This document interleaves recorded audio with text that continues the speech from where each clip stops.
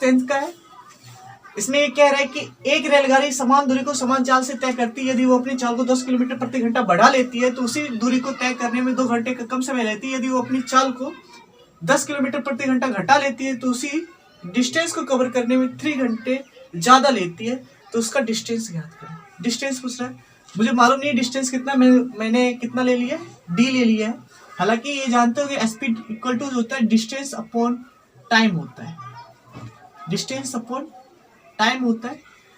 तो जो डिस्टेंस होगा वो डिस्टेंस इक्वल टू क्या होगा, स्पीड इंटू टाइम होगा। समझने में कोई दिक्कत?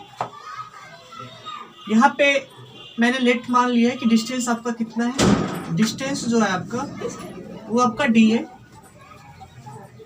क्वेश्चन के पहले पार्ट में आएंगे, यदि वो अपनी चाल को 10 किलोमीटर प्रति घंटा बढ़ा लेती है। 10 किलोमीटर प्रति घंटा क्या करती है, वो बढ़ा लेती है। पहले चाल था एस, मगर उसने अब चाल को क्या कर रखा है, 10 किलोमीटर प्रति घंटा बढ़ा लिया है। तो अब जो चाल हो जाएगा एस प्लस कितना हो जाएगा, उसका 10 हो जाएगा इनटू, तो उसी डिस्टेंस को कवर करने में 2 घंटा कम समय लेती है। पहले टी घंटे का लेती थी, अब कितने लेगी, 2 घंटा कम, मतलब टी माइनस 2 हो जाएगा। और ये इक्वल टू क्या होगा, आपका डिस्टेंस होगा। मैं अगर s को t से मल्टीप्लीकेशन करूँ तो s इंटू टी होता है। s को अगर 2 से मल्टीप्लाई करूँ तो ये 2s हो जाएगा। अगर 10 को t से मल्टीप्लाई करता हूँ तो ये 10t हो जाएगा। और 10 को अगर मैं 2 से मल्टीप्लाई करता हूँ तो ये 20। और d की जगह आप तो लिख सकते हैं भाई st, ये ऐसे लिखने में कोई दिक्कत। अब यहाँ पे ये -2s plus 10t equal to आपका जो होगा ये -20 से उधर जाएगा तो ये आपका क्या होगा, +20 हो जाएगा। ये रहा।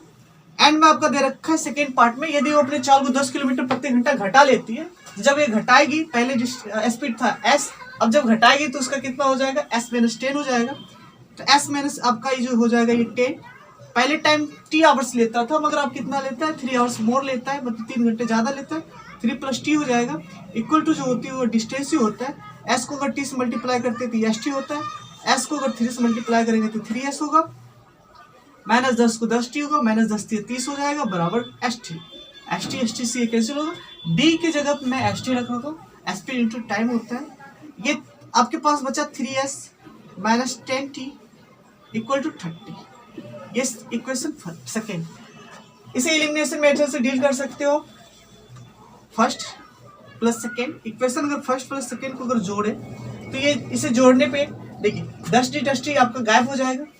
30-20 कितना हो जाएगा आपका, 50 हो जाएगा। और यहाँ पे -2s है, यहाँ पे 3s है, तो ये कितना हो जाएगा, s इक्वल टू जो आएगा आपका 50 आ जाएगा। ठीक है, मतलब स्पीड कितना है उसका, 50 किलोमीटर पर आवर। स्पीड उसका कितना है, 50 किलोमीटर पर आवर। अब इसी को आप किसी इक्वेशन में मान पुट कर दे, जैसे इसी में रख के देख लेता हूँ, इसमें रख के देख लेता हूँ। 3s, तो 3 को 50 से मल्टीप्लाई करेंगे 150, मतलब 150। वो ये इधर आएगा तो कितना हो जाएगा, 150 में अगर 30 घट गया तो 120, और ये 10t उधर जाएगा तो मतलब 10t इक्वल टू जो आएगा आपका, 10t इक्वल टू जो आएगा आपका 120 आएगा। मतलब t बराबर जो आ गया आपका कितना आ गया, 12 आ गया। t बराबर कितना है आपका, 12 है। तो जो डिस्टेंस है आपका d इक्वल टू जो है ये कितना है आपका, st है। तो s का जगह पे आपका 50 और t की जगह है 12। ये आपका जो आ जाएगा 600 किलोमीटर। ठीक है, डिस्टेंस आपका कितना है, 600 किलोमीटर। ये क्वेश्चन काफी लचीला है। इसे अगर ऐसे सिंपल विधि से बनाए तो कंपटीशन विधि से भी लगभग 40 से 50 सेकेंड में बन जाती है ये क्वेश्चन। प्रैक्टिस करने पर उससे भी कम में बनता है, मगर 10th क्लास के बच्चे के लिए समझना जरूरी है। अगर जिन्हें नहीं आता उन्हें बेसिक समझना ये भी जरूरी है। ठीक है, सेकेंड क्वेश्चन, इसी का सेकेंड क्वेश्चन जो है मिसलेनियस का ही है, एक्सरसाइज का 3 का ही है। ये भी काफी अच्छा क्वेश्चन है। यहाँ तो नहीं, सीबीएसई बोर्ड में काफी, सीबीएसई बोर्ड में काफी ज्यादा पूछा जाता है। यहाँ के बच्चे को भी ये सीखना चाहिए।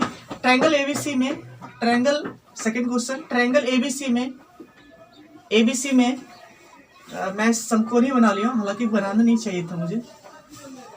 ट्रायंगल एबीसी में कौन सी इक्वल टू 3 कोने ट्वाइस ऑफ कोने प्लस बी का है। ठीक है, मैं 2 रेशियो ले लेता है एक साथ। तो कौन सी इक्वल टू 3 कोने तो ये सी अपॉन कोण ए बराबर जो हो जाएगा 3:1 होगा, या 3/1 होगा। इसे मैं 3 के ले लेता हूँ, ये आपका जो है 1 के तो के हो जाएगा। इसी का अगर सेकेंड पार्ट आप इससे अगर कंपेरिजन करते हैं तो 3 कोण ए इक्वल टू 2 ट्वाइस ऑफ कोण ए प्लस कोण बी जो है, अगर इसका कंपेरिजन करें तो कोण ए अपॉन कोण ए प्लस कोण बी बराबर लिख सकते हैं 2/3। यहाँ पे के का मान अगर यहाँ पे देखें तो ये के का मान 2 के और यहाँ पे कितना है पूरा 3 के। हालांकि यहाँ पे जो है ये के है, यहाँ पे भी ए है और यहाँ पे भी ए है। ये ए दोनों क्या रहना चाहिए, बराबर है। या तो आप इसे काट दें या तो इसे 2 से मल्टीप्लाई कर दें। तो जब नीचे आप 2 से मल्टीप्लाई करेंगे तो ऊपर भी आपको 2 से मल्टीप्लाई करना पड़ेगा। ये आपका कितना हो जाएगा 6 के। ठीक है, कौन सी अपन कोण ए आपका कितना हो गया 6 के हो गया।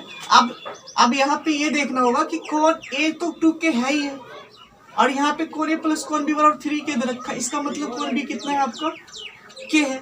ठीक है, तो कोण ए कोण बी और कोण सी का जो रेशियो है, कोण ए आपका 2 के है और कोण बी कितना है आपका, कोण बी आपका के है और कोण सी जो है आपका, कोण सी जो है आपका कितना है 6 के है।